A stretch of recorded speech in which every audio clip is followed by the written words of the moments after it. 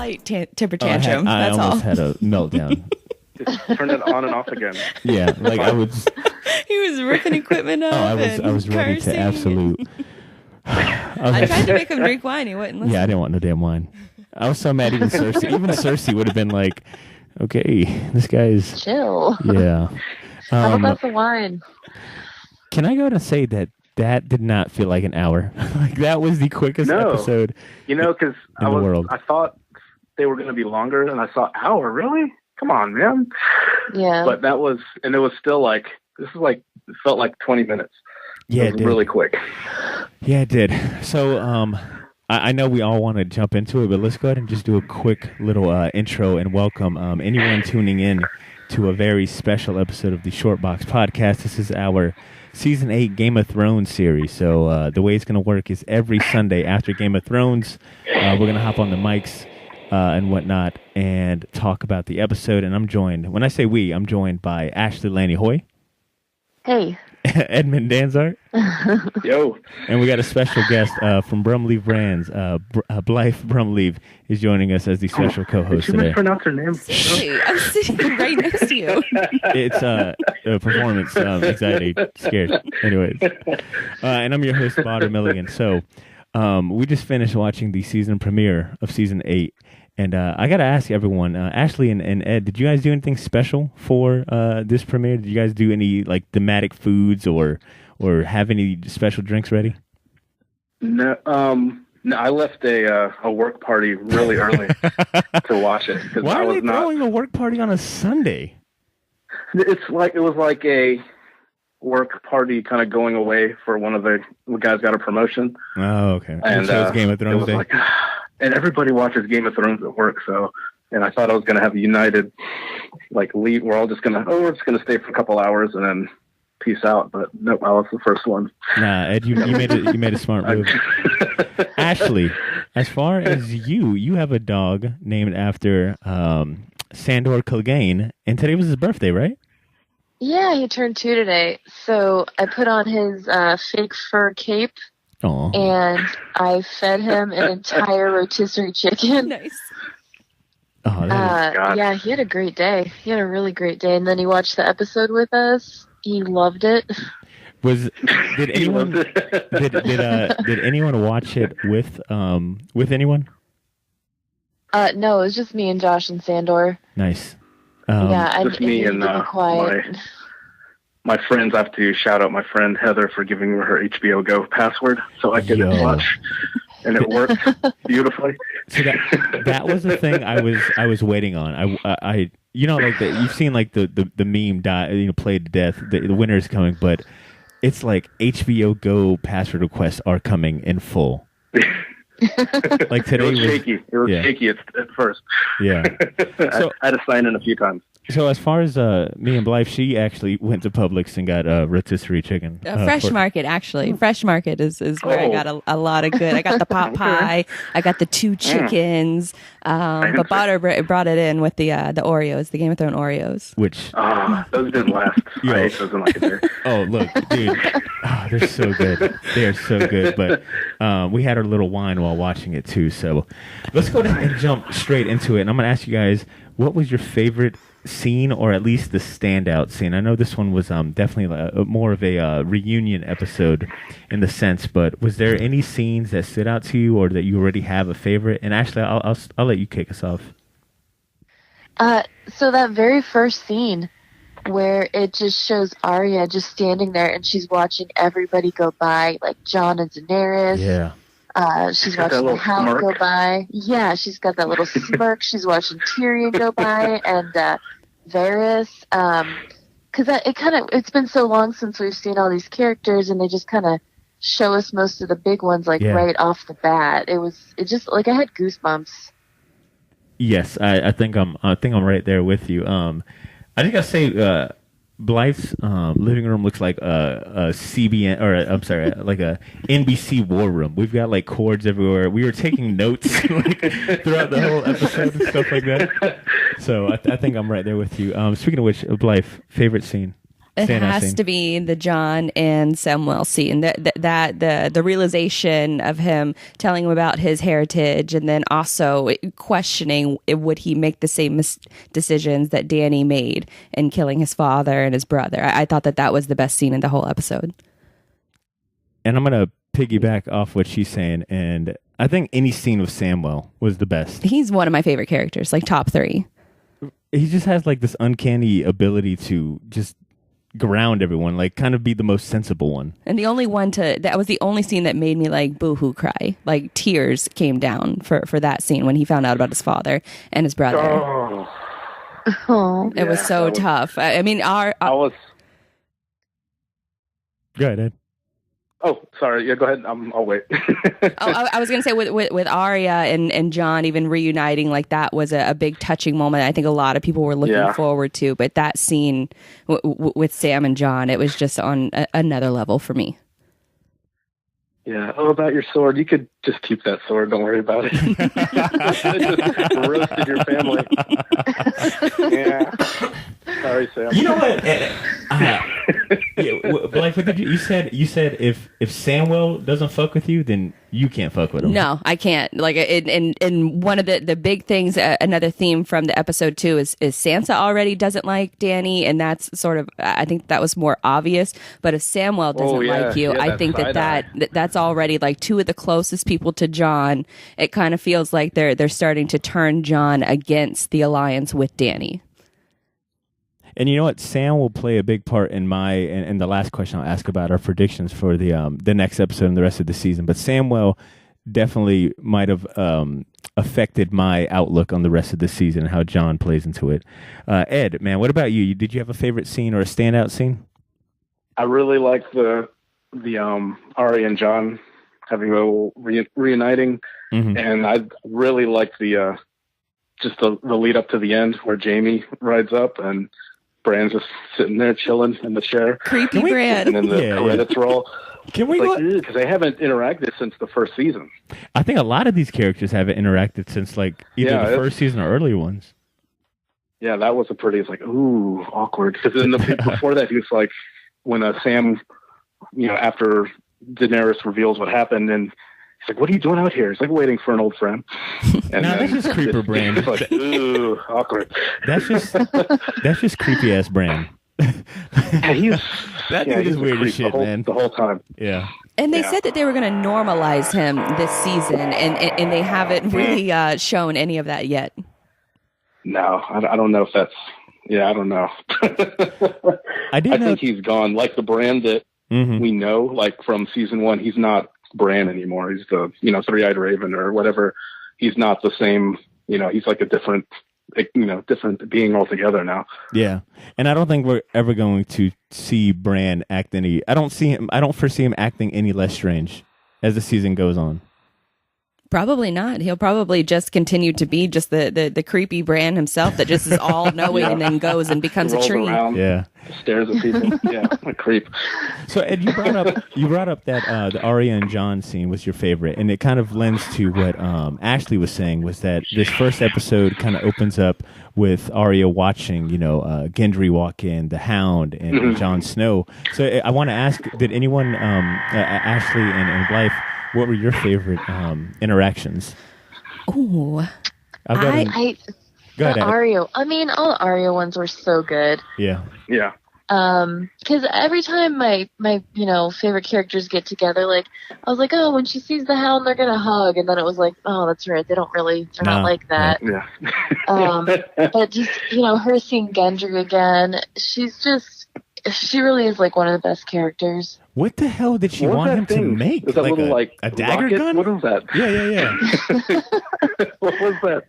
It looks like a dragon glass launcher or like something. an arrowhead or something with the dragon glass on it. Okay, that was okay. Maybe like a bow and arrow. There are rumors that she's going to pick up the bow and arrow again and start to use the dragon glass. Which would make sense because I got a lot of homage to the first episode of the first season. Everything taking place in Winterfell. And I think riding in, and introductions. I think with the little kid running through the crowd, it's kind of like a callback to Arya as when she started the show as like a little kid. And I now think she's 30. wasn't that part of her? Wasn't that part of her? The first episode, first season, was that she out shot Bran with the arrow? Yes, that would be a cool callback then. Mm-hmm. Oh, that'd be legit. And she talked about it in season 7 too, how she said that she would just practice with one arrow because Bran had left out his bow and arrow set. And how she would just go back, she would shoot it, go back, and then Ned was actually looking down on her and clapping when she finally hit the bullseye. I think my favorite has been between Sam and Daenerys, because those are two characters that I didn't think I'd see together. I forgot, they exist in the same show, And it was almost like you saw the decision. You saw Tyrion pleaded for their lives to Dany, and Dany ignored him. And that was one of the things that he recommended was well, maybe we could have gotten, executed the father and let the son live as an example. Or put him in a jail cell or something.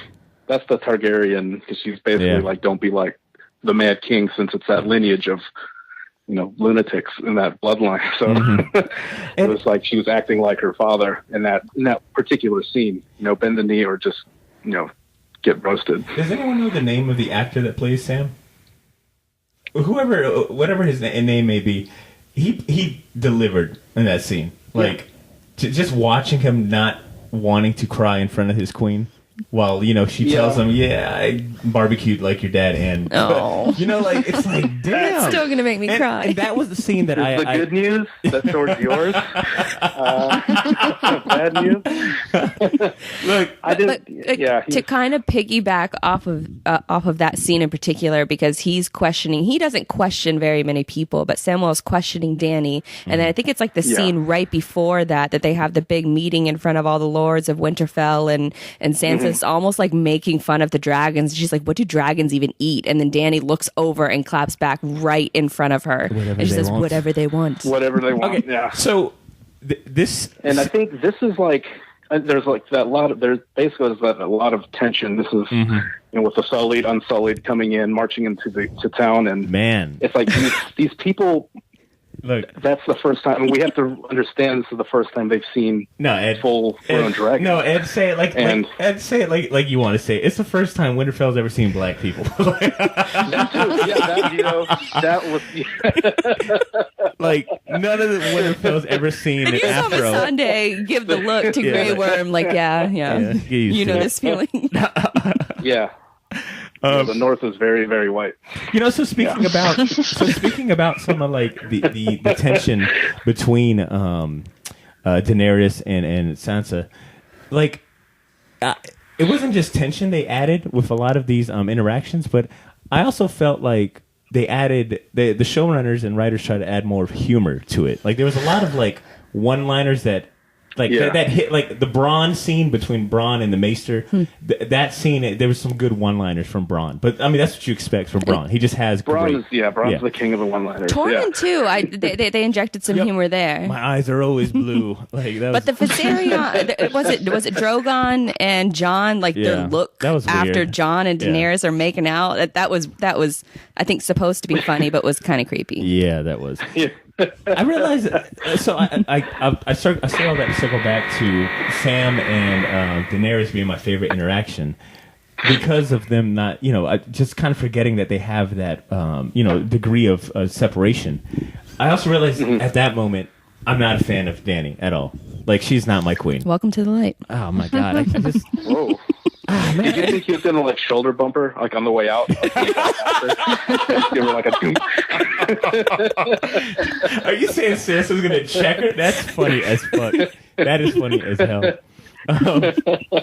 And I'll say I have one more bonus favorite interaction, and that was between Jaime and Bran. That's one hell of a way to end it, because this whole thing started between them, and there's no words exchanged between them. It's just oh, fuck, you're alive. But that's why I almost think, because Bran gives a little smirk almost. So it says to me, is Bran still a little bit in there because he's giving a smirk? I'm still here. I didn't die. Yeah, or it's just the memories of Bran that's still in him. I don't. It's hard to say because it's going to be interesting, their interaction.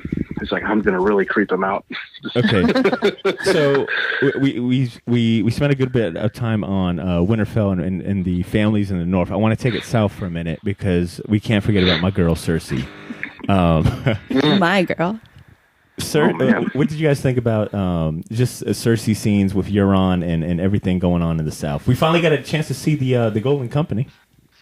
Yeah, and I was, that's the thing. I was reading about them, and because I never read the books, and they're not even really a big part of the books from what I've looked through. Mm-hmm. And it was like she had the same reactions like the elephants. I was like, oh, I can't wait to see these elephants. This is gonna be awesome. Well, we did learn that that the Lannisters apparently didn't pay for the elephant premium package. Like that was. Well, the guy said elephants don't like being on ships. Makes sense. Like what? What? We have dragons, but we can't put an elephant on a boat. I don't understand. I don't understand. So Blythe, there's no budget. So Blythe was really surprised that that Cersei would sleep with Euron so early. I was really shocked at that. Yeah, so early, and then actually have a conversation with him afterwards. I would think that she would just be dress up or anything. Yeah, just kick him out immediately after it's over. Like that's what I would imagine. And then the whole him touching her belly. One of those t-shirt that look with a tuxedo. Yeah, one of those things. And she was drinking wine too. So is she not pregnant anymore, or what's going on with that? Is Euron about to knock her up? Well, that's the thing is was she actually pregnant or was she just trying to play Jaime?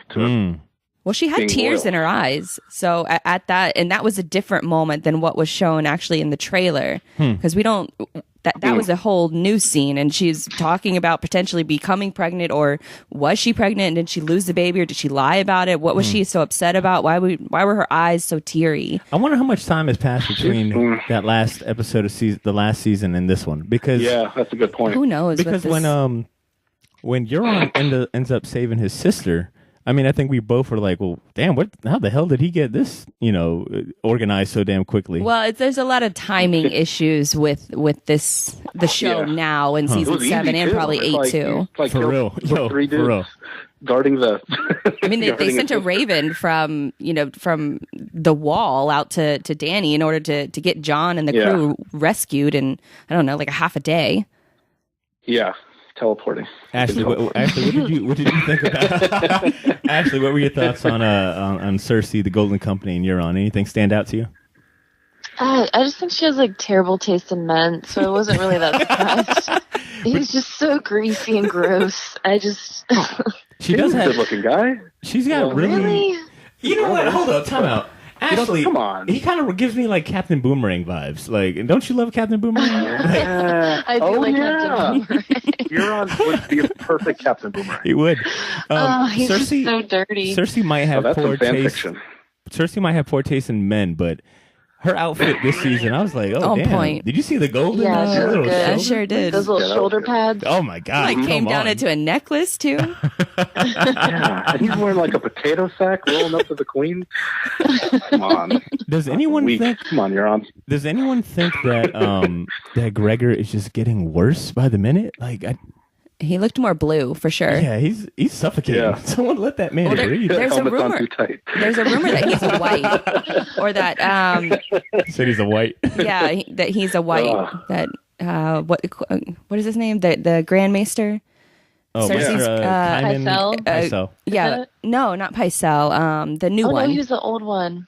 I forget the name. Who's the one negotiating the deals with Sir Bronn? Who knows if he's even going to take that deal? The name of the maester. Yeah. He's like a maester, but not really a maester. Qyburn, that's his name. Qyburn, yeah. But yeah, their whole interaction between the two of them and Cersei trying to get Qyburn to buy off Bronn and with fucking Joffrey's stupid ass bow gun, the crossbow. That's what Tyrion used to kill Tywin. Yeah, but it's also what Joffrey wanted to primarily. I would need that hand sanitizer. I would need hand sanitizer. He even said get that shit away from this fucking family.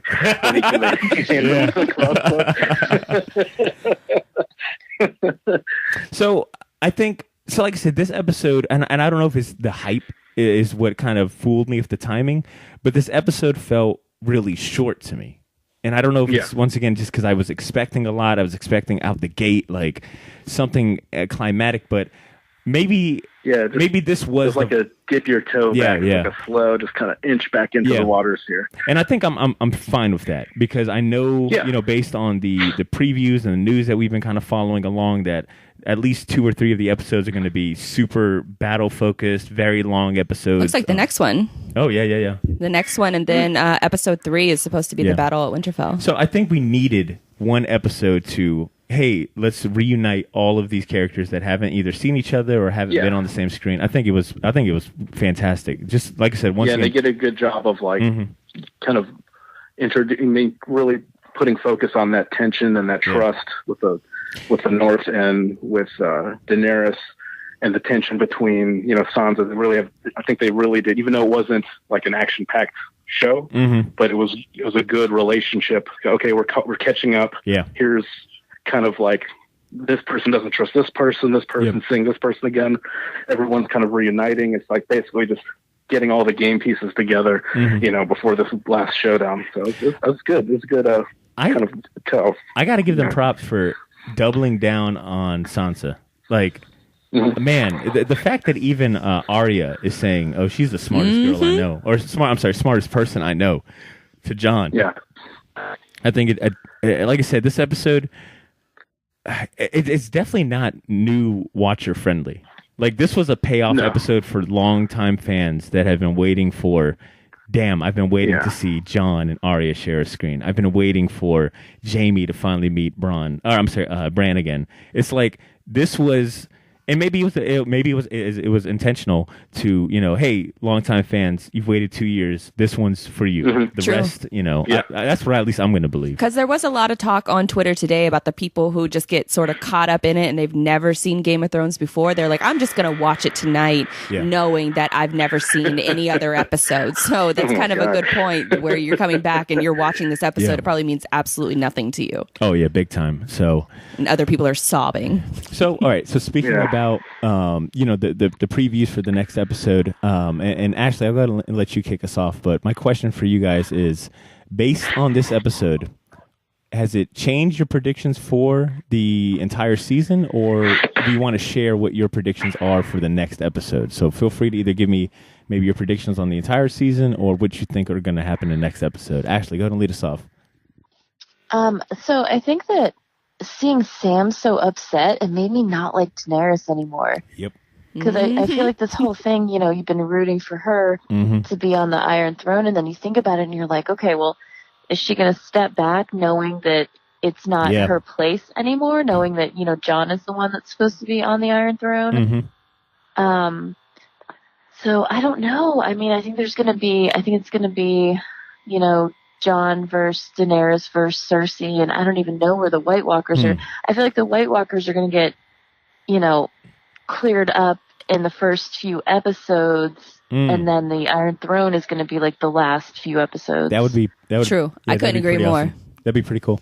I was thinking the same thing of how, I'm only going to jump in only because I think me and Ashley might be on the same page with seeing how Sansa doesn't like Daenerys, how Sam doesn't really like her at all, and how kind of hesitant Jon is to accept, this new, which, I mean, in all fairness, I mean, he's just getting it, but I can see him asking Sam to keep this a secret.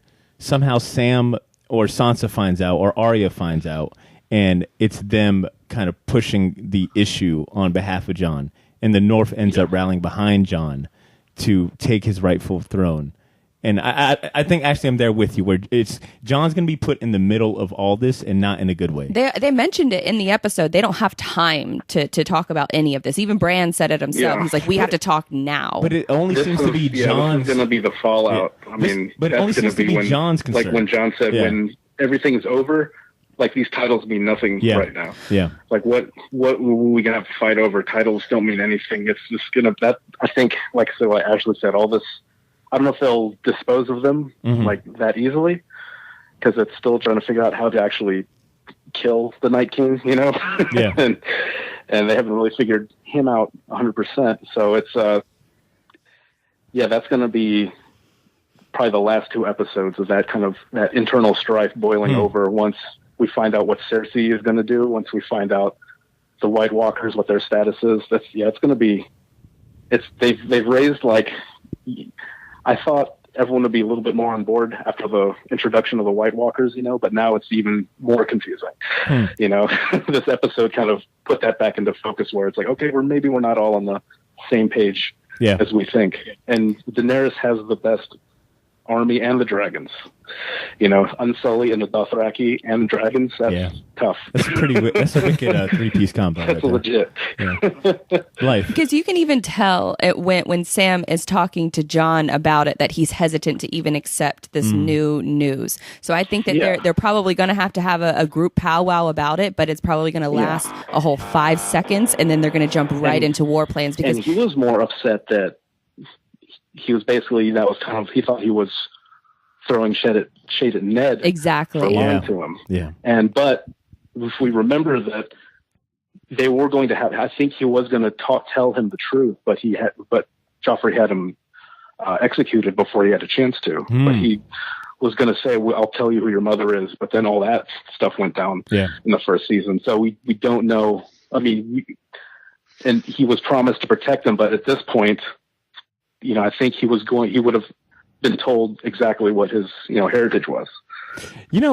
It puts, I see myself right now. I don't like Dany at all. Cause I think I'm in this, like what Ashley had said, like everything is put in front of you and you're like, wait a minute. Actually, I don't know if I can get She's behind. a conqueror. Yeah. But so now it puts, the only way I can see me, the only way I can see me taking back my words about Dany is if that she proves that she isn't, that she says who she says, like she talks all this talk about the rightful throne and the rightful title. Well, here's evidence that the rightful throne belongs to, or the rightful title belongs to Jon. Are you willing to do the same thing that you've been preaching on about, that you've murdered and declared war against? Put aside your pride to save your people. That's what I'm curious to see.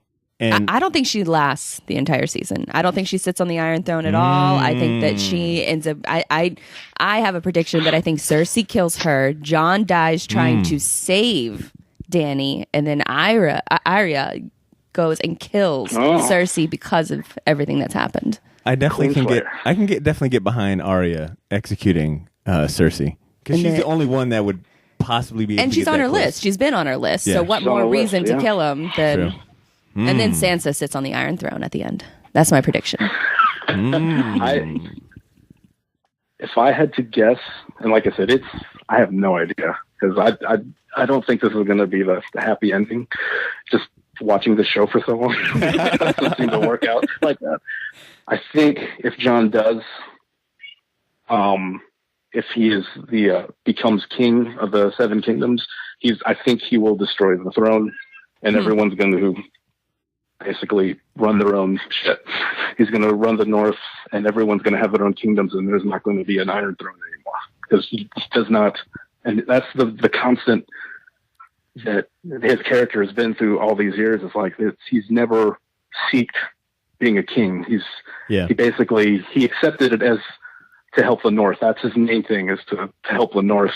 So he took it. But he's not seeking power. He's not like a conqueror like Daenerys. But I could see him at the end, and then just all the kingdoms being separate again. I don't know. I don't think the Iron Throne will exist at all at the end of the show. So I just realized that we almost overlooked one of Blythe's favorite characters, and that's blue-eyed redhead Tormund. Tormund. And the creepy little kid, that too. creepy little Karstark Jr. kid. Oh, that's I got terrible. I got some weird Alien versus Predator vibes. I don't know what it was about hearing him scream like that. That weird limbs with that. And the symbol again. Yeah. Yeah, I'd like to see him just putting it together. It's like, we need another leg. We need another set over here. This is so unpractical. He's got a left hand. Painted the symbol. Can we just paint the symbol next time? No. We need body parts. And then it all slowly catches on fire too. It was very dramatic this time. Yeah. So, and you know what? And you know what's going to be cool is to see that flaming sword is awesome. I love that weapon. That's probably my favorure. Oh, that flaming sword is all he does is what? Like rub it, stroke it in a weird way. He has to cut his hand with blood, and then the blood magic lights it up. Like, I think all of our predictions will change when we get How's to see. That guy not dead? Man, I've been asking. I don't think he's got much left. He's got one more life left, apparently. Yeah, he's got like a half an eye. He's got like one lung. He's got scars everywhere. Yeah, I can see why John would have told Melisandre, "Yeah, don't bring me back. I'm not trying to be like that guy." I think all of our predictions will change when we see what the Night Walkers and Night King are up to. I think when we get to see that scene and where they're going, I think then our predictions will probably get more concrete. They're going to come next episode. They're coming. Oh yeah. Ooh. Okay. Now we got to wait a whole week. I know. Do you know how long the next episode's going to be? So I thought they were going to be longer episodes. Well, this one was apparently the shortest one of the whole season. So the next one is supposed to be like a couple minutes longer, and then I think the episodes after that are the Battle of Winterfell, which is like the longest battle in cinematic history. The one guy who directed, he was the same director as a couple of the other really big, like Battle of the Bastards and a couple of other battles. He's directing episode 3, so that's probably going to be the length of that episode is the Battle of Winterfell. Even though we saw some previews for it for next week's episode, so we might get a little bit of season or of episode 2 and 3. Oh man, I do want to add one more prediction I got. I foresee Euron Greyjoy either getting killed by Euron or the commander of the Golden Company. I foresee Cersei definitely fucking betraying Euron. Is it Euron? See the mountain killing him? I don't know. For some reason, I have a feeling that she's going to use the Golden Company for something else. Or maybe Yara comes back and tries to kill him. But she said she's going back to the Iron Islands. So, but then Theon's going to go fight with. Island, and it's like you can keep your zombies and shit. I definitely think they can't Theon. Get to this island. I think Theon dies. Yeah, he's got to die. Theon is fucking dead. Oh, that dude's. He's got to have like the hero's death. Yep. That's what I'm thinking too. Yeah, for all his for sure. But at what point see him killing Euron? At what point do we stop? Like, at what point can we forgive? No, we can't. You can't forgive him. He survived Ramsay. Yeah, but he sweet headbutt. But it's his fault. Ed said he took a sweet headbutt. Oh man, that's funny. That was. All right. I thought it's like he's gonna smack him or just headbutt him. Yeah, he's definitely got to die. He's betrayed Robb Stark and the family that raised him. And you're right. Okay. He's got to give his life fighting for them. I think we're getting to a good stopping point. But before we end, I want to ask anyone, and Ashley, lead us off on this one. Last minute comments, predictions, anything you guys want to add about the episode you want to say. Ashley? Let's make sure Bronn gets a castle by the end of the season. Please. And that's about it. Okay. Yeah. Ed, what about you? He needed a castle for seasons. Castle and those 3 ladies can come back and, Except for the one with the pox. Except for the one with the pox. I don't know. I'm kind of, like I said, this is a good, kind of catch-up episode. Yeah, big time. I'm looking forward to the next one. But, I really don't know what's going to happen, which is awesome. All right. Yeah. See, I feel like all 3 of these characters are going to die, but I want them to live desperately. I want Jaime to be the Lord Commander of the Night's Watch, and I want Brienne and Tormund to have big, strong babies together, as Tormund says. Big, giant ginger babies. That's solid. I wouldn't mind seeing Jon Snow, sacrifice his life for Daenerys, and then becoming the new Night's King, and then the new Night King. Yeah, that's a big difference. And just leading the White Walkers back to where they're from, and this being the reason why there's peace. Because someone needs to replace if the Night King goes, there's a very big vacuum that needs to be filled, and it's got to be filled with someone they can trust. And he's the only one I can think of that would be willing to lead. He's already died once. I think him coming back as a white or a Night King would not nearly be as zombified as like the lovable Night King. Yeah. I think John would have his senses about it. Well, you largely think of the White Walkers and the Night or the Night King as having no emotions, but he's he's showboated in the past to Jon specifically, so he's showing some kind of emotions there. I try to do that. When he raised all the dead, right? And they're on the boat. Come get me now, bitch. Like that kind of look. I try to do that. I try to do the same Night King, taunt, but it doesn't work unless you got an army of dead behind you. It doesn't work. It looks weak. It looks so weak. So, well, look, guys, it's late. I know a lot of us got work Monday, and there's some awesome Game of Thrones memes that I need to go and play catch up on. Because they're coming. They're so solid ones. So we'll wrap up by saying this. Listeners, if you're listening and you have an opinion, a prediction, or something that either complements ours or might even be a little different, please feel free to go ahead and shoot us an email or leave us a voicemail. You can shoot us an email at theshortboxjacks@gmail.com or shoot us a message on one of our social media pages. We're on Facebook, Instagram, Twitter. Just search the Shortbox Podcast. You can also leave a voicemail or even give us a call at 904-580-4095. Blythe, do you got any social media tags? Sure, you can follow me on most social media platforms at Blythe Brum, BlytheBrum. All right. Ed, Ashley, any shout-outs or anything you guys want to include? No, think I'm good. All right. Ed? Nah. All right. All right, folks. Well, look, like I said, we're going to be doing these episodes every Sunday right after the recording. So you can tune in every week until the season ends. And like I said, man, let us know what you think, all right? Ashley, Ed, thank you guys so much for staying up. I'm going to end the call, all right? Yep. Peace, y'all. Yep. All right. See you later. Bye.